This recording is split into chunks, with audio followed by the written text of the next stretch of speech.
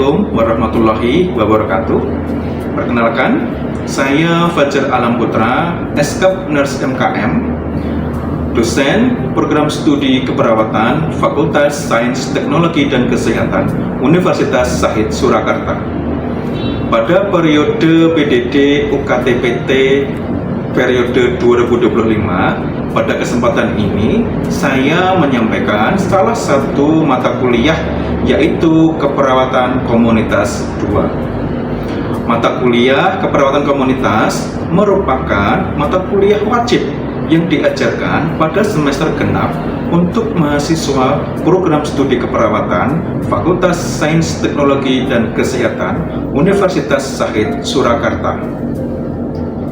Setelah mengikuti kegiatan pembelajaran pada mata kuliah komunitas 2, bila mahasiswa diberi data atau kasus atau dihadapkan pada situasi nyata, mahasiswa memiliki kemampuan menyusun rencana asuhan keperawatan komunitas fokus pada peningkatan kesehatan dan mencegah penyakit minimal pada area sekolah dan kesehatan kerja tersebut dengan menggunakan langkah proses keperawatan komunitas dan pelaksanaannya menggunakan pembelajaran berbasis proyek pengabdian masyarakat.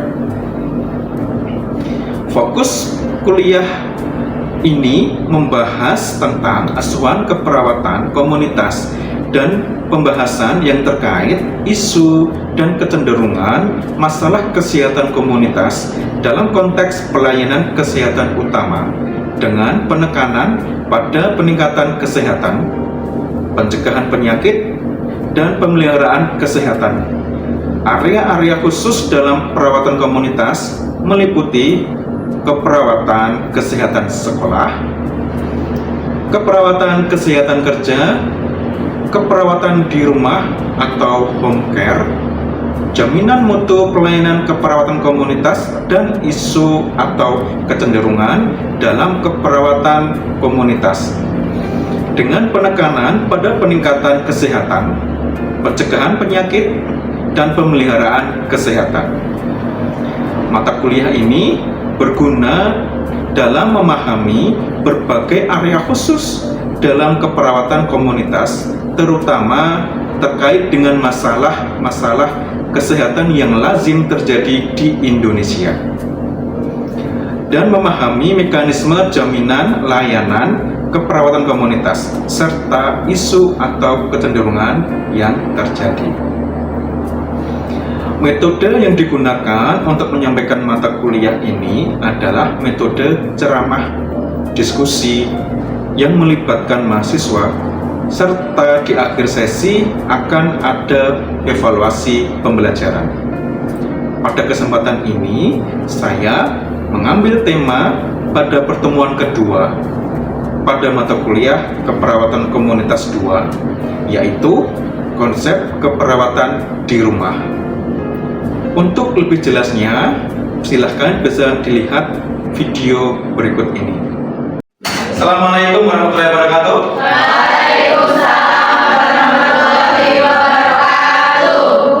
Selamat siang. Semuanya. Bagaimana kabar siang hari ini? Sehat. Alhamdulillah. Baik, sebelum saya memulai perkuliahan, saya akan absensi dulu untuk kelas ini.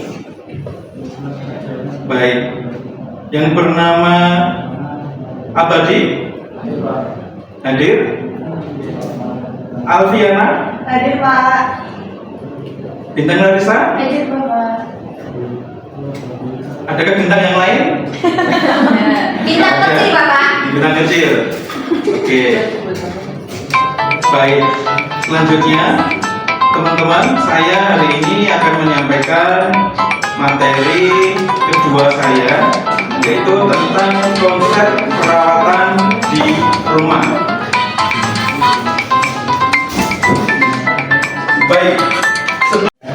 Baik, sebelum saya mulai lagi, mungkin teman-teman di sini ada yang belum saya absen tadi? Ada.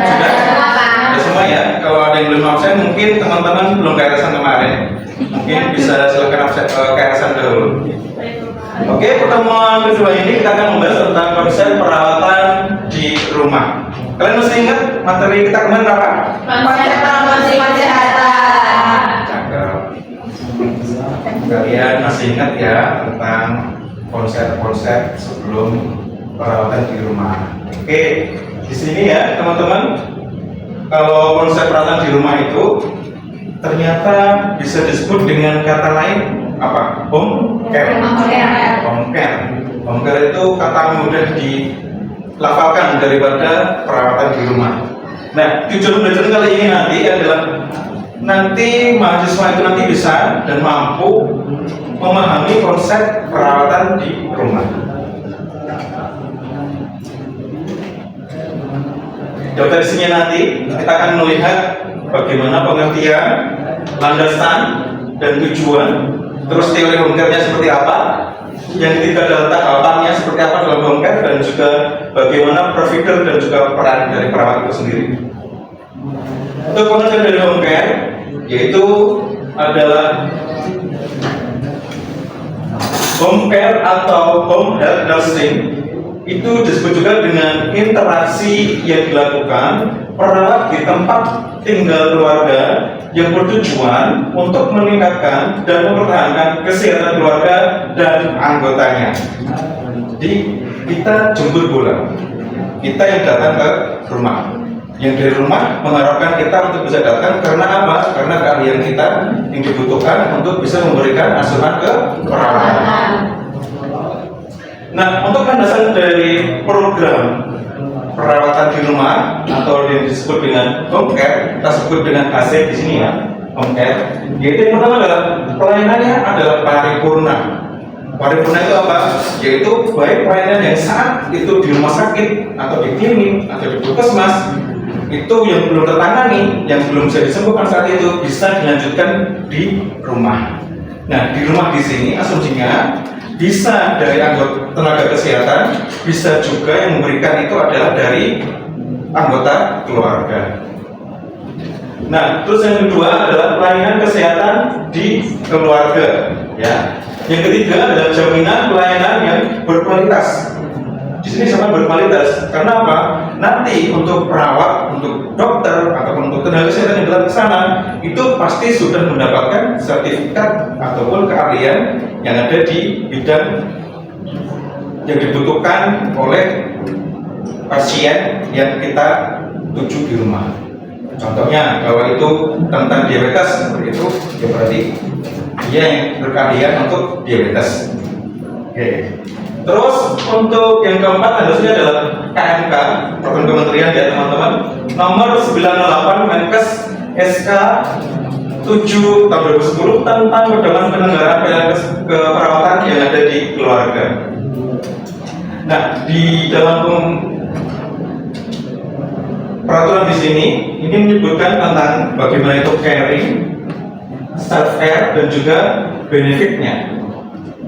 Untuk tujuannya teman-teman dari health care di sini ataupun dari home care di sini ya, yaitu meningkatkan sistem pendukung yang adekuat dan juga efektif, meningkatkan keadekuatan dan keefektifan dari perawatan. Terus juga ada mendorong pertumbuhan dan perkembangan yang normal dari seluruh anggota keluarga. Jadi ternyata yang diminta itu adalah tidak hanya yang sakit saja, ternyata yang sehat pun juga bisa menerima manfaatnya.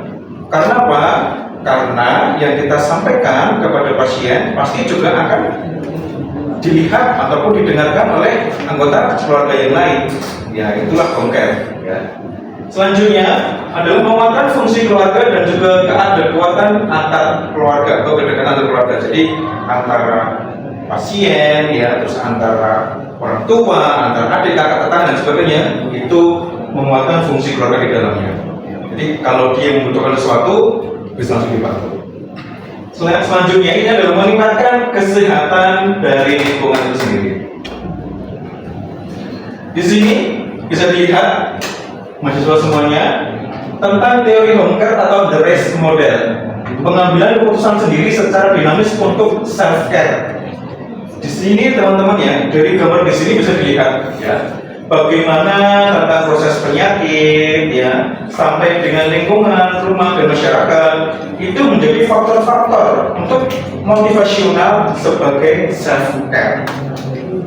Nah, terus di sebelah kanan di sini ada stabilitas fisiologis, ya, terus keharmonisan interpersonal sampai dengan kepuasan terhadap perawatan dan juga kualitas hidup. Nah, ini menjadi tujuan dari indikator pasien terhadap kesehatan yang optimal. Serta yang di bawah di sini yang ada biru-birunya kotak-kotak ini, ada edukasi pasien, ada kelompok spiritual estetik, ya, ada advokasi pasien dan juga manajemen dari kasus. Nah, semuanya ini tadi adalah fungsi dari perawat home care. Yang saya sebutkan tadi, dari faktor-faktor motivasional untuk self care dan juga indikator pasien terhadap kesehatan optimal serta peran perawat home care itu merupakan bagian dari care. Care itu saya peduli. Ya. Nah, jadi ya teman juga ini gambar yang kedua. Ini adalah langkah-langkah untuk home care ataupun perawatan yang ada di rumah. Yang pertama, ya, ini adalah tahap 1, yaitu mendapat data tentang keluarga yang akan dikunjungi. Ya, ini pasti, ya, ini harus. Kalau kita tidak ada datanya, terus siapa yang kita kunjungi? Jangan-jangan ini hanya laporan palsu. Terus perawat perlu membuat laporan pendahuluan untuk kunjungan. Terus juga kontrak waktu dan juga kunjungan. Ya, ini pasti. Siapa tahu nanti sewaktu kita kunjungan ke rumah ternyata yang ada adalah anak kecil, yang orang dewasa tidak ada lagi selain dari pasien ataupun anak kita tadi. Malah kita yang repotan kalau kita membutuhkan sesuatu, ya. Kan kita perlu kontrak dahulu. Nah, tahap 1 ini disebut dengan fase inisiasi ataupun pre-persiapan. Tahap kedua ini adalah saling mengenal, ya, dan bagaimana keluarga menanggapi suatu masalah kesehatan. Di sini disebutkan dengan fase inisiasi ataupun fase dari perkenalan. Tahap ketiga, kita lihat dari gambar di sini. Ini adalah tentang pengkajian, perencanaan, terus pelaksanaan seperti itu, ya. Itu disebut dengan fase implementasi. Nah, ini adalah fase implementasi ini yang kita sudah melaksanakan, kita sudah datang ke home care ataupun datang ke rumah. Tahap keempat, ya, ini adalah evaluasi pencapaian tujuan atau rencana tindak lanjut, ya. Terus juga kontak, berapa nomor telepon, alamatnya, seperti itu, ya. Nah, itu semua, ya, tahap 4 itu merupakan fase dari eliminasi. Untuk tahap kelima, ini adalah pembuatan dokumentasi yang lengkap. Jadi, apapun yang kita lakukan, kita dengan siapa di rumah pasien, kita dengan siapa berangkat ke rumah pasien, kita menggunakan apa ke rumah pasien, yang kita bawa apa saja, itu disebutkan di dalam pembuatan dokumentasi yang lengkap. Kita melakukan apa di sana? Kalau perawatan luka, ya kita lakukan luka. Seperti apa perawatannya? Disampaikan di sana, dicatat seperti itu. Tahap kelima ini disebut juga fase pasca kunjungan. Jadi ada berapa fase, teman-teman? 5. Ya. Untuk persyaratan dari klien sendiri, ya, persyaratannya itu adalah pasti, ya, mempunyai keluarga, itu pasti, ya. Terus atau pihak lain yang bertanggung jawab. Jadi ada yang bertanggung jawab. Walaupun tidak ada orang tua, bisa wali. Walaupun tidak ada adik kakak, mungkin bisa tetangga ataupun kerabat dekat, Pak Le, Bu Le, Pak D, dan sebagainya. Itu yang bertanggung jawab bisa nanti, ya. Selanjutnya, bersedia menandatangani persetujuan. Nah, ini penting. Kalau di materi-materi yang lain, ya, itu juga sering menyampaikan, sewaktu kita mau melakukan tindakan, kita pasti juga memerlukan yang namanya informed consent ataupun persetujuan. Kita mau melakukan sebuah asuhan keperawatan atau tindakan apa. Persetujuan dahulu. Apakah berkenan, ya, Bapak atau Ibu untuk diberikan perawatan luka? Kalau tidak, ya silakan tidak usah tanda tangani. Kalau berkenan, ditanda tangani. Selanjutnya, bersedia melakukan perjanjian kerja dengan pengelola perawatan kesehatan di rumah untuk memenuhi kewajiban, tanggung jawab dan haknya dalam menerima pelayanan. Jadi bersedia ya untuk melakukan perjanjian kerja. Jadi kalau misalkan kita mau datang ke rumah itu nggak ditolak. Iki sopo, gue apa, malah jadi takut sendiri mana ya. Kita sebagai tenaga kesehatan malah ini kenapa seperti ini? Padahal kemarin yang minta seperti itu. Jadi perlu adanya bersedia melakukan perjanjian kerja di sini. Ya. Oke, baik seperti ini teman-teman ya. Nah, ini adalah persyaratan untuk dari klien itu sendiri. Next, untuk provider dan juga peran perawat. Provider itu sopo wae ya, siapa saja yang bisa, yang boleh ya untuk melakukan perawatan di rumah ataupun home care. Provider ini adalah dokter ya, kita sebagai seorang perawat ya, gizi, fisioterapis, pekerja sosial dan juga lain-lainnya. Oke, gitu ya teman-teman ya. Terus ada juga peran perawat ya. Kita sebagai seorang perawat itu sebagai koordinator dalam pelayanan, kita yang mengkoordinator ya, biasanya disebut dengan case manager ya, atau educator, juga sebagai advocator dan juga sebagai spiritual support. Terus untuk provider dan peran perawat di sini perlu keterampilannya, yaitu keterampilan dalam monitoring dan evaluasi, keterampilan di dalam komunikasi, pengambilan keputusan, terus juga ada dokumentasi, berpikir kritis dan kreatif, dan yang terakhir adalah pengembangan diri. Ini perlu keterampilan. Jadi kalau kita mau home care, kita mau perawatan di rumah, ya kita harus butuh beberapa sertifikat mungkin ya, ataupun kalau tidak kita memiliki keterampilan di sana. Jadi tidak hanya saya ingin merawat dia seperti itu, tapi ternyata nggak tahu yang dirawat itu adalah sakitnya ternyata tentang gangren. Ternyata kita masih belum pernah menangani luka-luka gangren. Nanti malah kerepotan. Ngerti-ngerti gangrennya dibujuk pakai alkohol, wah itu malah lebih parah lagi nanti ya, bisa menyebabkan gosong atau terasa terbakar. Oke. Nah ini untuk dokter pusakanya, teman-teman bisa ya melihat ya, sudah melihat di sini nanti ada di jurnal ataupun ada materi-materi buku bisa dilihat di perpustakaan kita, serta dari buku dari dosen-dosen yang ada di keperawatan kita ya. Di sini disampaikan terapi komplementer dari keperawatannya. Jadi ada bukunya. Nanti di sana silakan dibaca tentang terapi-terapi komplementer yang bisa untuk dilakukan suatu home care. Baik, mungkin ini teman mahasiswa, mungkin ada yang ingin bertanya dulu untuk materi kali ini. Untuk materi tentang home care, silakan. Saya Pak. Iya, Amel. Bagaimana Amel? Penyakit apa saja sih Pak yang bisa dilakukan perawatan di rumah? Maksudnya kayak apakah semua penyakit bisa dilakukan perawatan home care apa enggak? Oke, bagus sekali pertanyaannya. Jadi untuk yang di home care itu cukup banyak.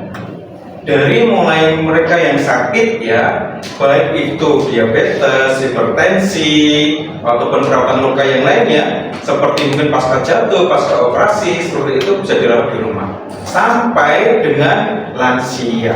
Untuk lansia di sini biasanya juga sekarang sudah mulai banyak ya. Lansia itu melakukan perawatan di rumah, seperti untuk mungkin mandi, untuk sehari-hari itu dibutuhkan ternyata. Begitu ya Mel ya. Oke Bapak, terima kasih. Ya, baik, sama-sama. Mungkin dari yang materi kemarin saya ingin flashback ya, teman-teman semuanya. Ya, kalau yang saat ini adalah konsep perawatan yang di rumah, kalian pernah adalah konsep tentang komunitas ya. Untuk pertanyaannya, dekat dulu Pak Tris. Baik, saya akan flashback untuk materi yang kemarin, bagaimana tentang tujuan dari promosi kesehatan. Kalau yang kita lihat tadi adalah konsep perawatan di rumah. Ya, yang kemarin, bagaimana tujuan dari promosi kesehatan? Baik, Mas Abadi, apa tujuannya? Mau memelihara kesehatan. mau melihara kesehatan. Oke, baik. Selanjutnya, Alfiana. Mampu memelihara kesehatan. Mampu ya, selain mampu dan juga mau ya. Baik. Selanjutnya, Hanifah. Dan mampu mencegah penyakit. Mau dan mampu untuk mencegah penyakit. Jadi ada kemauan untuk mencegah. Oke. Ada 4 tuh nggak salah itu. Satu lagi siapa ya? Bintang, silakan. Mau dan mampu meningkatkan derajat kesehatan. Mau dan mampu untuk meningkatkan derajat kesehatan. Oke, bagus sekali. Baik, kakak.